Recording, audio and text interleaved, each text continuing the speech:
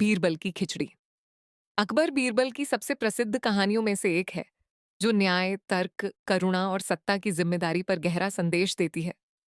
ये कहानी यह दिखाती है कि जब सत्ता केवल शब्दों और बहानों के आधार पर निर्णय लेने लगे, तब बुद्धि और विवेक कैसे अन्याय को उजागर करते हैं। कहानी की शुरुआत मुगल सम्राट अकबर के दरबार से होती है। दिल्ली में कड़ाके की सर्दी पड़ रही होती है। यमुना नदी का पानी बेहद ठंडा हो चुका होता है और आम लोग ठंड से परेशान होते हैं। अकबर अपने भव्य महल में रहते हुए भी प्रजा की स्थिति पर विचार कर रहे होते हैं। दरबार में यह चर्चा होती है कि गरीब लोग कितनी कठिन परिस्थितियां सहन कर सकते हैं। कुछ दरबारी घमंड और असंवेदनशीलता से कहते हैं कि गरीबों को ठंड, भूख और कष्ट की आदत होती है, इसलिए वे सब सह लेते हैं। अकबर इसी चर्चा के दौरान एक चुनौती की घोषणा करते हैं। वे कहते हैं कि अगर कोई व्यक्ति पूरी रात यमुना नदी के ठंडे पानी में खड़ा रह सके, तो उसे भारी इनाम दिया जाएगा। ये घोषणा दरबार में सनसनी फैला देती है। अधिकांश लोग इसे असंभव मानते हैं और इसे बादशाह का एक प्रयोग समझते हैं।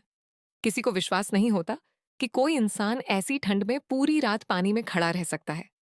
इसी बीच एक गरीब व्यक्ति, जो पेशे से धोबी होता है, इस चुनौती को स्वीकार करता है। वह अत्यंत गरीबी में जीवन जी रहा होता है। उसके पास न पर्याप्त कपड़े होते हैं, न भोजन और न ही किसी प्रकार की सुरक्षा। उसके परिवार की हालत दयनीय होती है। घर में बूढ़ी माँ और छोटे बच्चे भूख और ठंड से जूझ रहे होते हैं। इनाम की राशि उसके लिए लालच नहीं, बल्कि जीवन की आखिरी उम्मीद होती है। इसी मजबूरी में वह अपनी जान की परवाह किए बिना चुनौती स्वीकार कर लेता है। निर्धारित रात को उसे यमुना नदी में उतारा जाता है। ठंड इतनी अधिक होती है कि पानी में उतरते ही उसका शरीर सुन्न होने लगता है। हवा तेज चल रही होती है, जिससे ठंड और बढ़ जाती है। पूरी रात वह व्यक्ति ठंडे पानी में खड़ा रहता है। कई बार उसका मन टूटने लगता है, शरीर जवाब देने लगता है, लेकिन परिवार की याद और सुबह मिलने वाले इनाम की उम्मीद उसे टिकाए रखती है। वह किसी तरह रात काट लेता है। सुबह होते ही सिपाही उसे पानी से बाहर निकालते हैं। वह जीवित रहता है, हालांकि उसकी हालत बेहद खराब होती है। उसे दरबार में लाया जाता है। अकबर उससे पूछते हैं कि क्या वह पूरी रात पानी में खड़ा रहा। वह ईमानदारी से स्वीकार करता है कि हाँ, वह पूरी रात वहीं खड़ा रहा। फिर अकबर उससे पूछते हैं कि क्या उसे किसी प्रकार की गर्मी या सहायता मिली थी। गरीब आदमी सच्चाई बताता है कि उसे दूर महल की दीवार पर जलता हुआ एक दिया दिखाई दे रहा था। उसने उससे कोई वास्तविक गर्मी नहीं ली थी, केवल उसे देखकर मन में यह भावना बनी रही कि सुबह होगी और वह जीवित रहेगा। लेकिन यही सच्चाई उसके लिए समस्या बन जाती है। दरबार के कुछ चालाक और स्वार्थी मंत्री तुरंत इसका फायदा उठाते हैं। वे कहते हैं कि उस दिए की रोशनी और गर्मी से ही वह आदमी बच पाया, इसलिए उसने शर्त पूरी नहीं की। उनके अनुसार वह इनाम का हकदार नहीं है।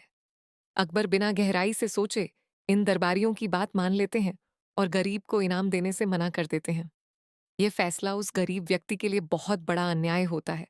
उसने अपनी जान जोखिम में डालकर शर्त पूरी की होती है, लेकिन केवल एक तुच्छ बहाने के कारण उसे उसका अधिकार नहीं मिलता। वह निराश और टूट जाता है। उसी समय बीरबल ये सब चुपचाप देख रहे होते हैं। वे समझ जाते हैं कि यहाँ तर्क के नाम पर अन्याय किया गया है। बीरबल तुरंत कुछ नहीं कहते। वे जानते हैं कि अकबर को समझाने के लिए सीधा विरोध काम नहीं करेगा। इसलिए वे एक योजना बनाते हैं, जिससे अकबर स्वयं अपनी गलती को समझ सके। कुछ दिन बाद बीरबल अकबर को अपने घर भोजन पर आमंत्रित करते हैं। अकबर यह निमंत्रण स्वीकार कर लेते हैं।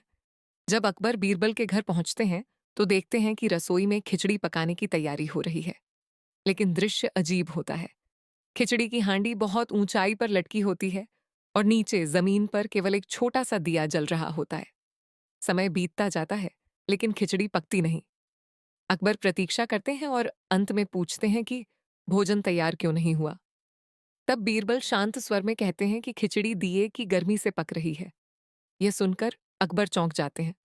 वे तुरंत कहते हैं कि यह असंभव है।